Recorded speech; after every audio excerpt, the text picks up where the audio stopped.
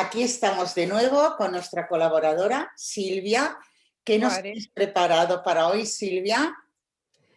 Bueno, para hoy hemos preparado la Cruzada de los Niños. Muy bien, explícanos de qué va a ser, qué es la Cruzada de los Niños y de qué vamos a compartir. A ver, yo creo que hay que empezar con un cuento tradicional, y el cuento tradicional es El flautista de Amelín. El flautista de Amelín es un cuento de los hermanos Grimm, y la verdad es que personalmente a mí me parecía, cuando era pequeña, me parecía dolorosísimo ese cuento, porque es un señor que está enfadado con el alcalde y se lleva a todos los niños de un pueblo. Vale. La leyenda, o sea, la base del flautista de Amelín tiene que ver con unas leyendas que en realidad tienen como base una realidad. Esa leyenda es la Cruzada de los Niños. ¿Existió o no existió la Cruzada de los Niños?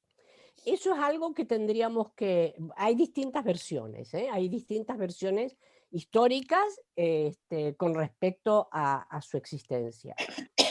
Es importante saber que en el siglo XII ya ha pasado la Tercera Cruzada.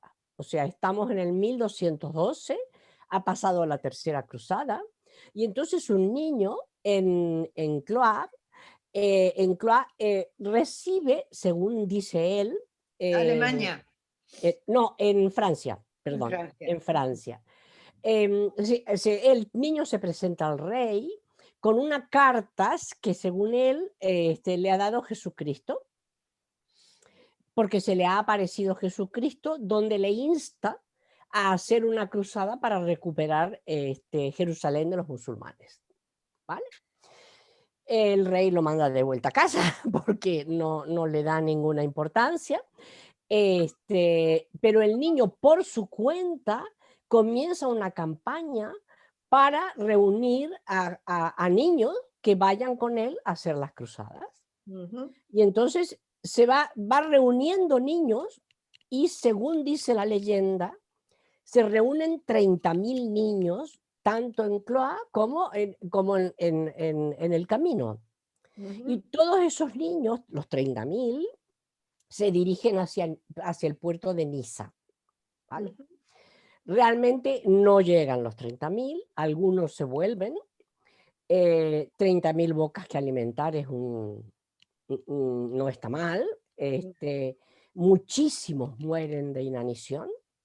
Digamos que el camino de Cloire, que queda en el Loire a Niza, queda totalmente sembrado de cadáveres de niños. Hay algunos clérigos que van con ellos, algunos adultos. Clérigos adultos. Clérigos adultos, ¿vale? Y en principio los que llegan a Niza son 2.000, ¿vale? 2.000.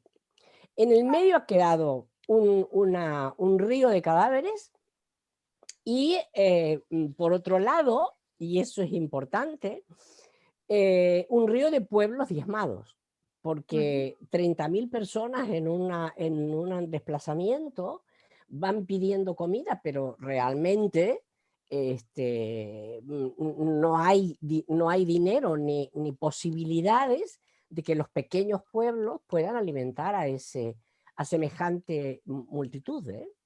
Con lo cual llegan 2.000 niños a Niza. Etienne de Cloire, que es el niño, Esteban, ¿vale? Tiene una gran capacidad de convicción, de convencimiento, a pesar de que es analfabeto.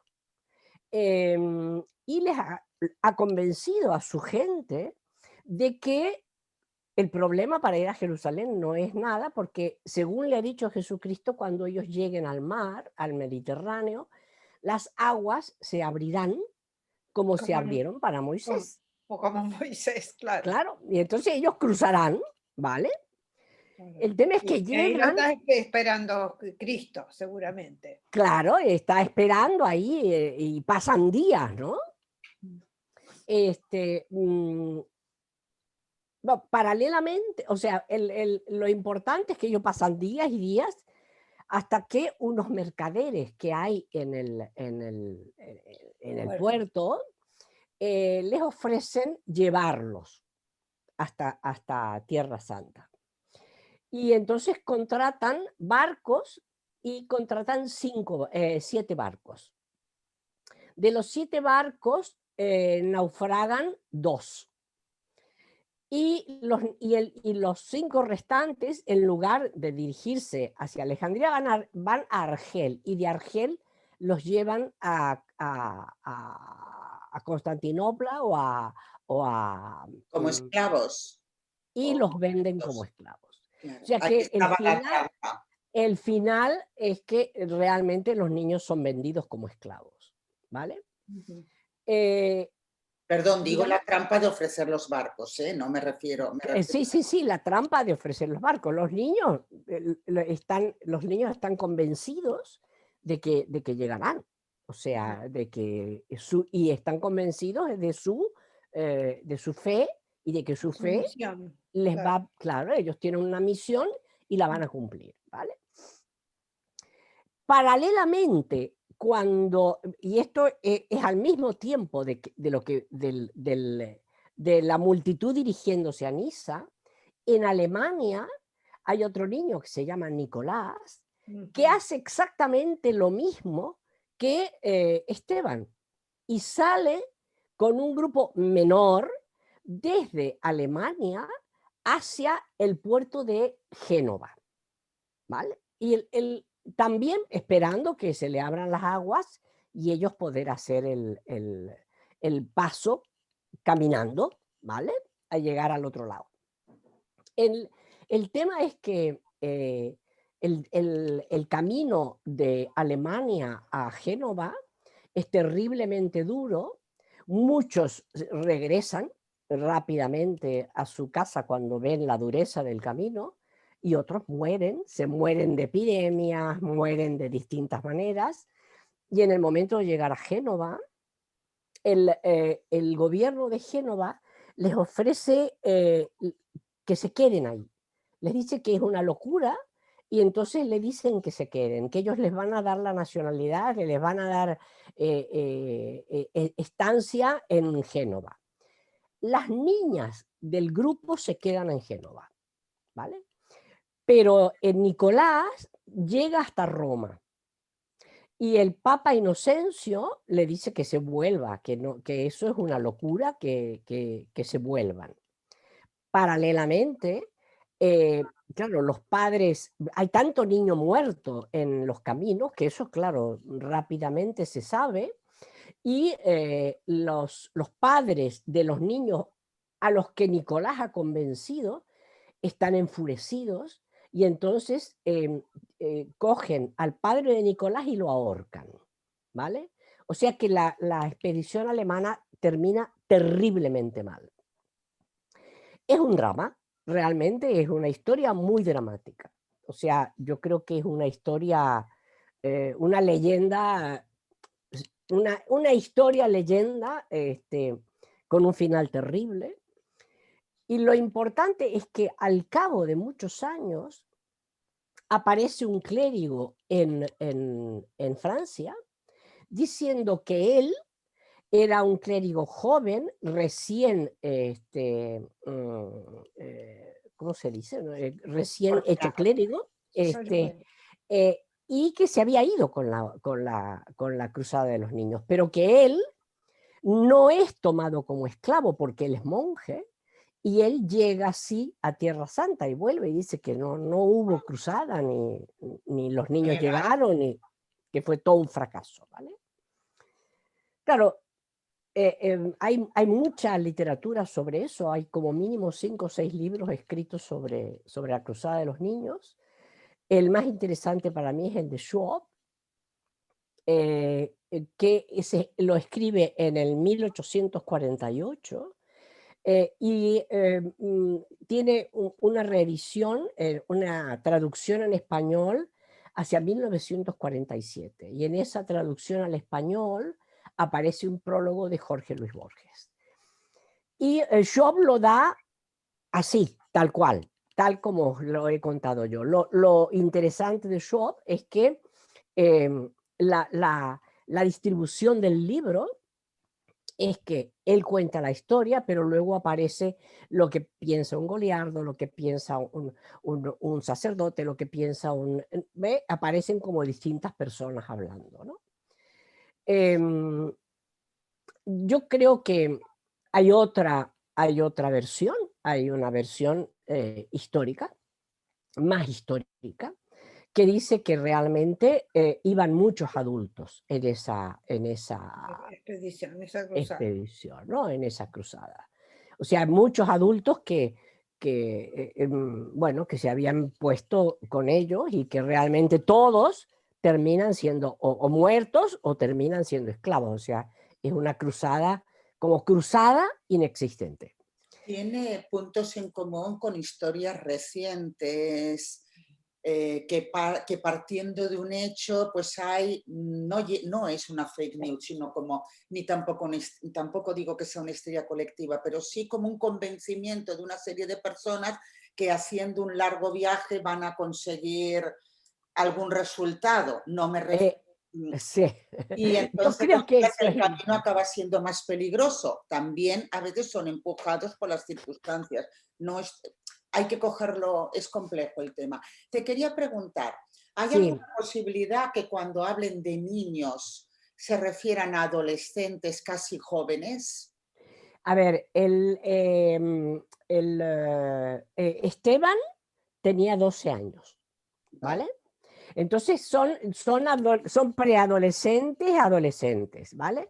Bueno, pero además hay otra versión, que es una versión que yo diría que es más realista, y es tenemos que tener en cuenta que en la Edad Media, en el siglo XII, hay una inmensa pobreza. Una inmensa Eran niños pobreza. pobres. Eran niños Niños y adultos agricultores pobres. y adultos pobres. Abandono. O sea, las cruzadas han sido un desastre para la economía europea. Un desastre.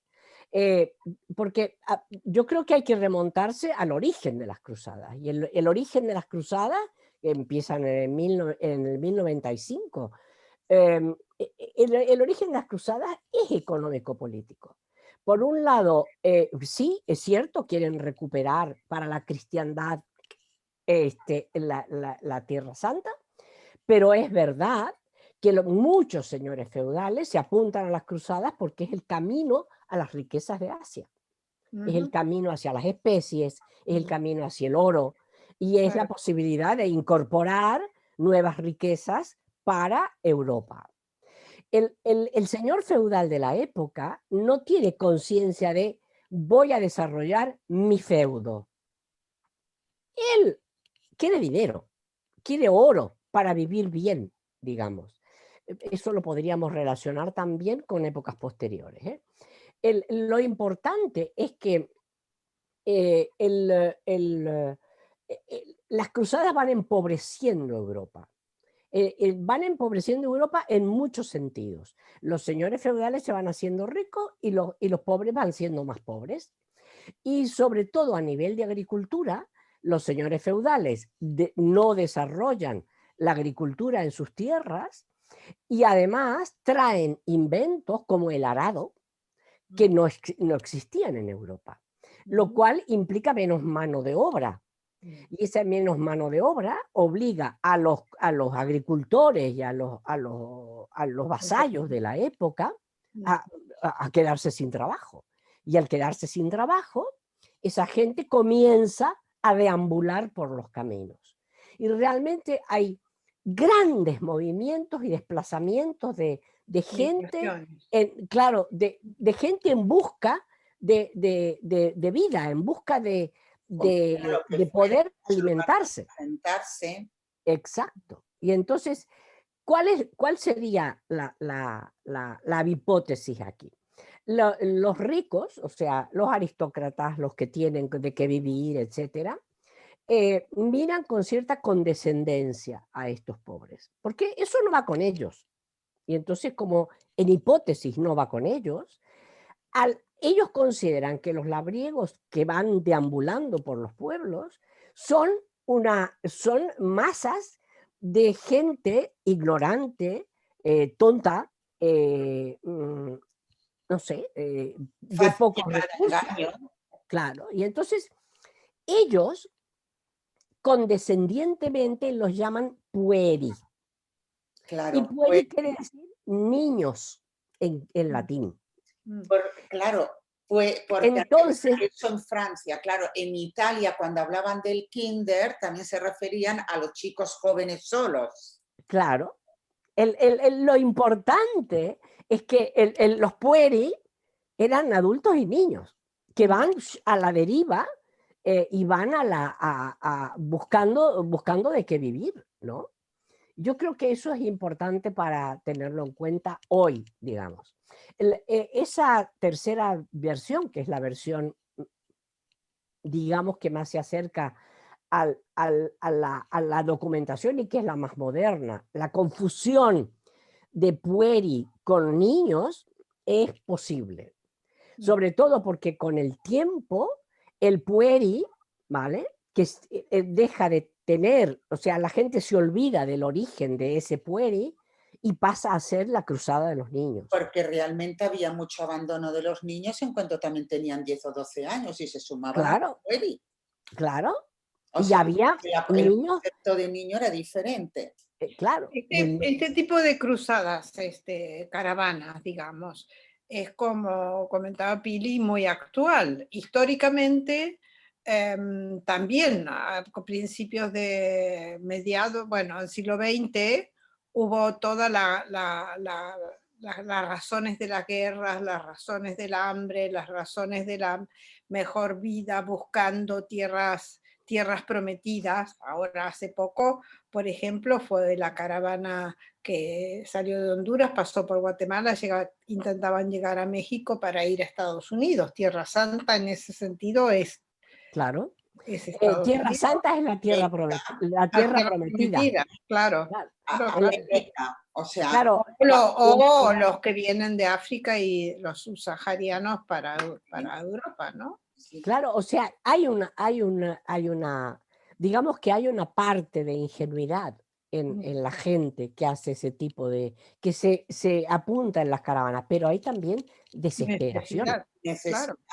O sea, el que huye de una guerra es que allí se va a morir, o sea, no tiene más remedio. Claro, es desesperación. No entra aquí, pero yo me pregunto, cuando tanto, a ver, fue España la que llegó por primera vez, primera vez quiero decir, oficialmente. Sí, la que conquistó. Sí, bueno, la que colonizó América, Sí, pero también hubo un movimiento de gente, de masas desesperadas desde España, desde toda Europa, que empezaron a ir allí, cuando llegaban arrasaban con todo. Sí, y entonces, sí. O sea, son movimientos que han ocurrido siempre en la historia. El hambre europeo llevó masas de gente a América, claro. Claro. Sí, claro. O sea, se obvia cuando se está hablando de... son movimientos muy complejos, no se pueden resumir en 2 parámetros. Claro, y yo creo que hay que tener en cuenta, por ejemplo, que en el caso de la llegada a América Latina, o sea, el imperio español, España está diezmada por la guerra. O sea, cuando se descubre América, es un chollo.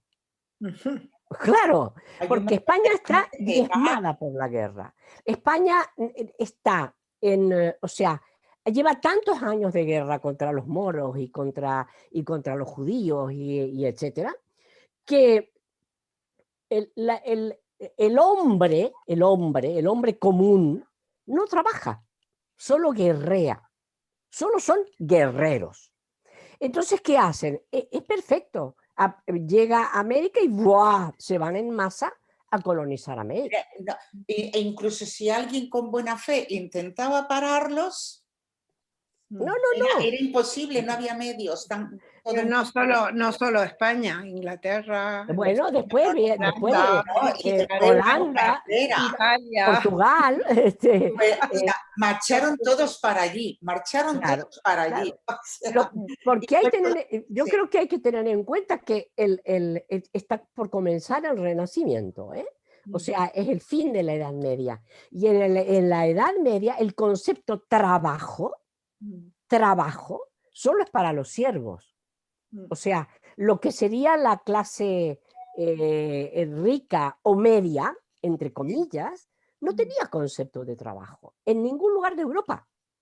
Y entonces sí se van allá y sí trabajan allá. Eso es lo importante. Allá sí trabajan. Y es importante, una nueva oportunidad. claro, porque además descubren las riquezas y además yo creo que el hecho social, la visión social del hombre adinerado como trabajador desaparece. Como no trabajador, perdón, desaparece. O sea,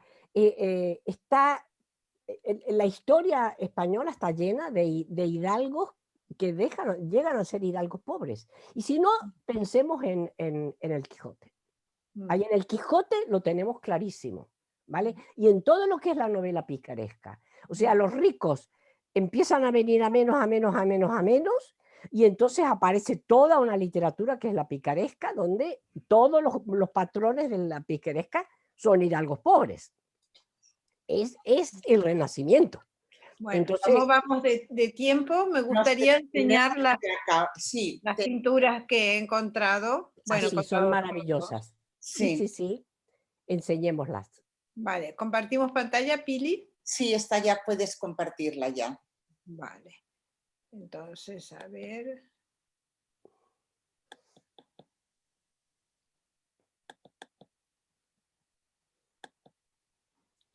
Aquí tengo una primera que es de Seymour Nolan. Es la de las primeras que he encontrado. Y aquí tengo la otra que es la más famosa de todas, que es de Paula Rego. Esta pintura fue expuesta aquí en el Palau de la Virreina hace unos 7 años, 5 años por allí, más o menos, no me acuerdo cuándo. En la exposición que hubo sobre las pinturas de Paula Rego, que es una artista portuguesa. Pero hace a la Cruzada de los Niños. Sí. Y las dos hacen referencia justamente a la Cruzada de los Niños. Exactamente. Entonces queríamos enseñar estas dos pinturas. Muchas gracias, Ana. Silvia, muchas gracias. Silvia. Sí. Un placer, como siempre. Y, muchas gracias a vosotras. Bueno, y esta caravana de niños, esta cruzada, forma parte de esas listas de las que veníamos hablando, en este caso listas de personas, digamos, personas que se ponen en fila para llegar a un puerto, digamos, a un sitio donde vivir mejor. Exacto. Nos despedimos por hoy. Todavía no hemos recibido sugerencias. Hemos preguntado en las redes sociales, en nuestras redes, si alguien nos podía comunicar algún ejemplo de listas, ya que este programa lo hemos dedicado a las listas. Hemos acabado con Silvia y la Cruzada de los Niños, que forma parte de la historia de la infancia, pero ha habido pocas referencias, así que esperaremos a exponerlas para el siguiente programa. Con todos ustedes, hasta pronto. Hasta pronto, muchas gracias. Gracias.